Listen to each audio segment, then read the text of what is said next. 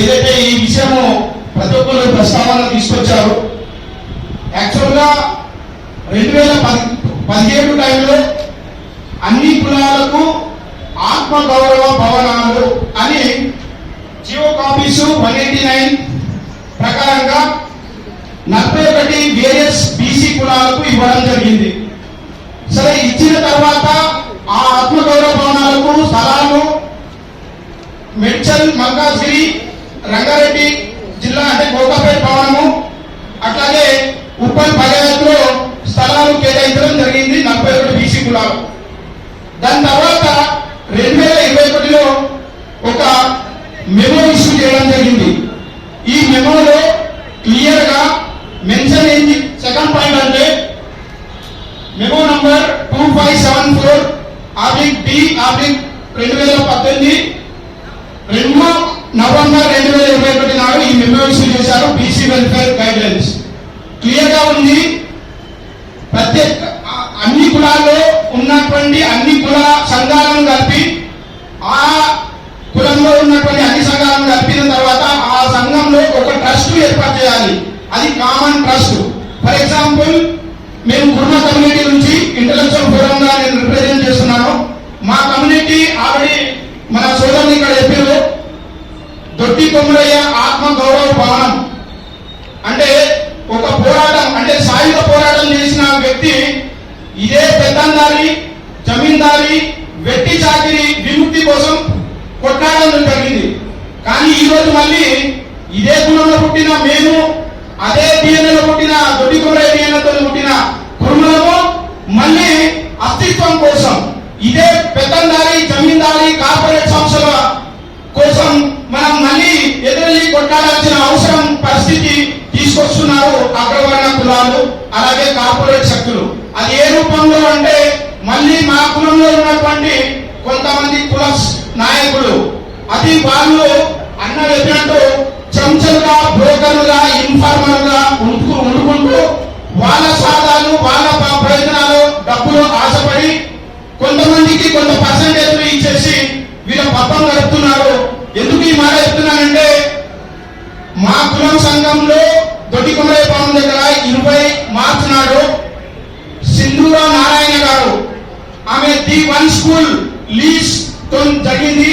దానికన్నా 4 రోజుల ముందు మా కులం సంఘంలో ఉన్నటువంటి ఎక్కే మల్లేశం గారు, బీర్ రైలే గారు, వీళ్ళంతా వెళ్ళేసి వేమనారేంద్ర రెడ్డి గారికి కలిశారు. ఆ ఏ ఉద్దేశం కలిశారో తెలియదు, కానీ 4 రోజుల తర్వాత ఆ భవనం దగ్గర వచ్చి ఆమె భూమి పూజలో కూర్చోవడం జరిగింది. అంటే దాన్ని అర్థం చూసుకోండి, ఆమెకి ఎట్లాంటి రైట్స్ లేవు. వాళ్ళ అంటే ఇది బీసీ ఆత్మ గౌరవ భవనాలు అన్నప్పుడు ఈ అగ్రవర్ణ నారాయణ సంస్థ యొక్క కూతురు వాళ్ళ మనుమలను తీసుకొని, అంటే వాళ్ళ సొంత భూమిలో వచ్చిన విధంగా వచ్చారు. దానికి మా కులం సంఘం వాళ్ళే మళ్ళీ సాక్షులు. ఇప్పుడు రేపన్నాడు లీగల్ గా కొట్లాడినా వీళ్ళే సాక్షులు. అంటే వీళ్ళు భూమి పూజ చేసిరా లేకపోతే ఇంకేదైనా పూజ చేసి మా కులంలో ఉన్నటువంటి నాయకులను నిర్వహిస్తున్నారా అనేది తెలుస్తుంది రానున్న కాలంలో. అయితే ఈ బీసీ కులాలకు ఇవ్వడం జరిగింది. మరి ఇచ్చిన తర్వాత మేము బీసీ వెల్ఫేర్ కమిషనర్ గారికి ఆర్టీఏ ద్వారా అలాగే మా అప్లికేషన్స్ ఇవ్వడం జరిగింది. వీళ్ళు ఏం చెప్పారు అంటే, చిన్నగా చదువుతాను, మేము ఏమంటామంటే మీ ద్వారా మా కుల సంఘం వారు ఏమైనా అగ్రిమెంటు, ఏమైనా లీజు ఇట్లాంటిది ఏమైనా చేసుకున్నారా ఇవ్వండి అని అడిగినాము. అది 3 జనవరి 2026 నాడు మాకు రిప్లై వచ్చిందంటే, no agreement, no partnership deed entered with any one on Doddi Komaraiah కుటుంబ ఆత్మ గౌరవ భవనం కోకాపేట సెట్. బీసీ వెల్ఫేర్ వారు ఇలా ఇస్తారు. వీళ్ళకి అన్ని తెలుసు, నో అగ్రిమెంట్, నో పార్ట్నర్షిప్ అని వీళ్ళే ఇస్తారు. కానీ కుల సంఘంలో ఉన్నటువంటి కొంతమంది నాయకులు బీసీ వెల్ఫేర్ ను కూడా తుంగలో తొక్కి, వాళ్ళ గైడెన్స్ ను తుంగలో తొక్కి వాళ్ళ భూమి పూజ వెళ్ళిపోతారు. మరి ఇది మాయాదేవి గారు, కమిషనర్ ఆఫ్ బీసీ వెల్ఫేర్, అక్కడ ఉన్నటువంటి డైరెక్టర్ అజయ్ కుమార్ గారు, మీకు 10 సార్లు వచ్చినాము, మీరు దీని మీద ఒక రిపోర్ట్ తీసుకుంటారు, సబ్మిట్ చేస్తారు, మళ్ళీ ఆ రిపోర్ట్ గురించి ఏం చెప్పరు. ఇక్కడ నో అగ్రిమెంట్ అని మీరే ఇచ్చారు. మీ ఆధ్వర్యంలో ఇచ్చారు. మరి వాళ్ళు ఎలా వస్తారు? టీ వన్ స్కూల్ అన్నటువంటి డైరెక్టర్ సింధూరా మేడం, అలాగే శరణి పొలుగురు గారు, అలాగే పునీత్ కొత్తప్ప గారు, వాళ్ళ నారాయణ సంస్థ వాళ్ళ పని కుర్మ ఆత్మగౌరవ భవనం దగ్గర ఏం పని, అసలు ఎందుకు రావాలి అంటే మీరు చూడండి, ఇందులో బీసీ వెల్ఫేర్ వాళ్ళ యొక్క కుటుంబం కూడా ఉంది.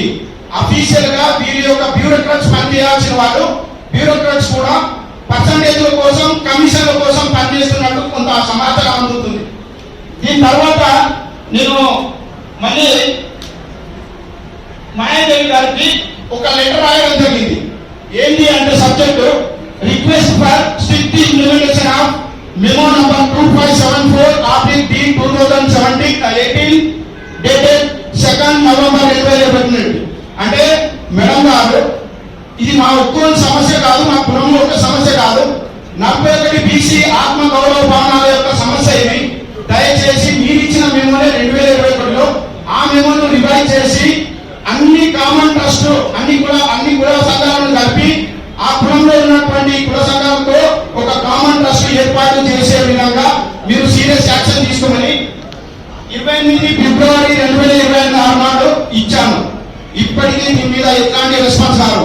అంటే మీరు అర్థమైందంటే దీని వెనుక పొన్నం ప్రభాకర్ గారు అన్ని గమనిస్తూ వాళ్ళ ప్రిన్సిపల్ సెక్రటరీ గారు ఉన్నటువంటి వాళ్ళకు సమాచారం వెళ్తుంది, మినిస్టర్ గారికి సమాచారం వెళ్తుంది, కమిషనర్ గారికి ఎలాగో ఇచ్చాము వాళ్ళకు కూడా సమాచారం వెళ్తుంది. అంటే మేము ఇచ్చిన ప్రతి పేపర్ డస్ట్బిన్ లో వెళ్తుందా లేకపోతే సీరియస్ యాక్షన్ తీసుకుంటున్నారా?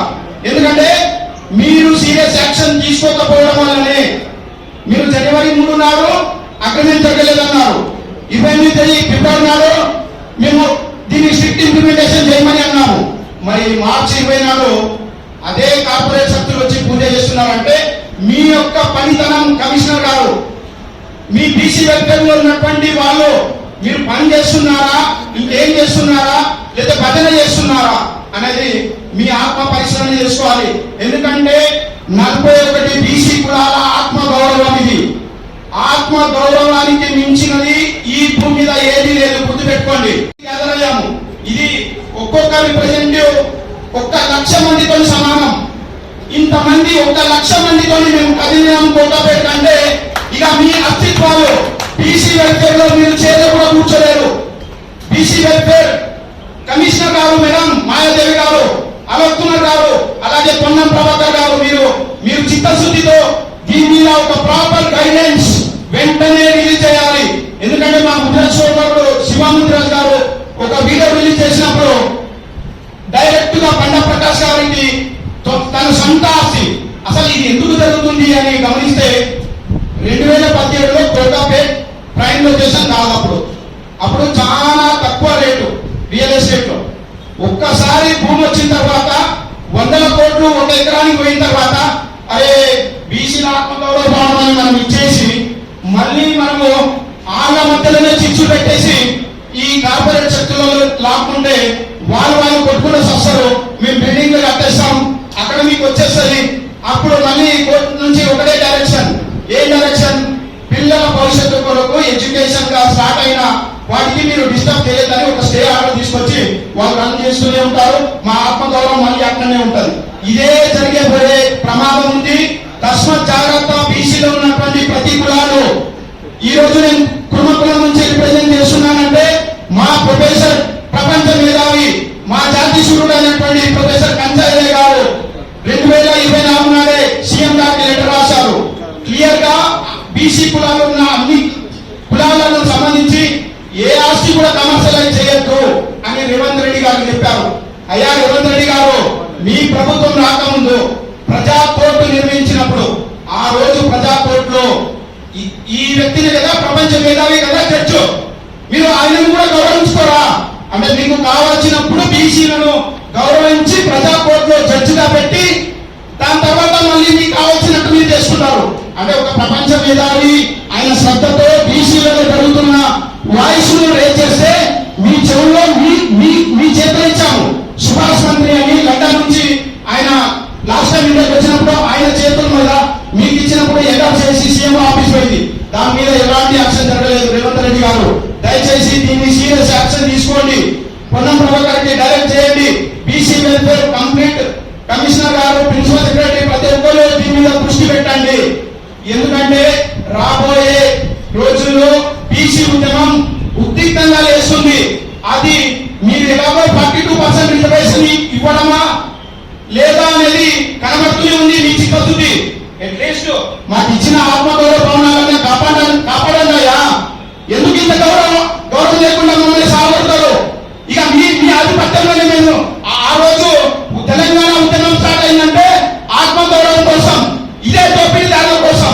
మళ్ళీ బీసీలు ఆత్మగౌరవం కోసం కొట్లాడాలి.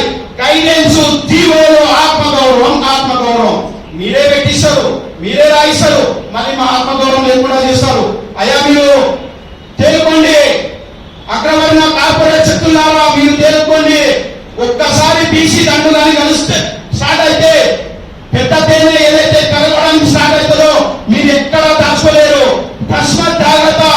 అగ్రవర్ణ కార్పొరేట్ శక్తులారా మీరు బీసీ కులాల వైపు రాకండి. కోకాపేట కానీ మెడ్చల్ మల్కాజ్గిరి కానీ ఉప్పల్ ప్రయత్నించినటువంటి ఏ కులాల భవనాల దగ్గరికి మీరు రావద్దు. వస్తే మాత్రం ఇప్పుడు మేము రాబోయే రోజుల్లో 1 తారీఖు నాడు మేము పెద్ద ఎత్తున ధర్నా చౌక్ లో ఎవరైతే కుల ద్రోహులు అలాగే అగ్రవర్ణ కార్పొరేట్ శక్తులను తగలబెడుతున్నాం ధర్నా చౌక్ లో, దయచేసి ఇక్కడ ఉన్నటువంటి ప్రతి ఒక్కరు ఇన్వాల్వ్ అవ్వండి. ఎందుకంటే మిమ్మల్ని మేము సహకరిస్తాం, మమ్మల్ని మీరు సహకరించండి, ముందుకెళ్తాం.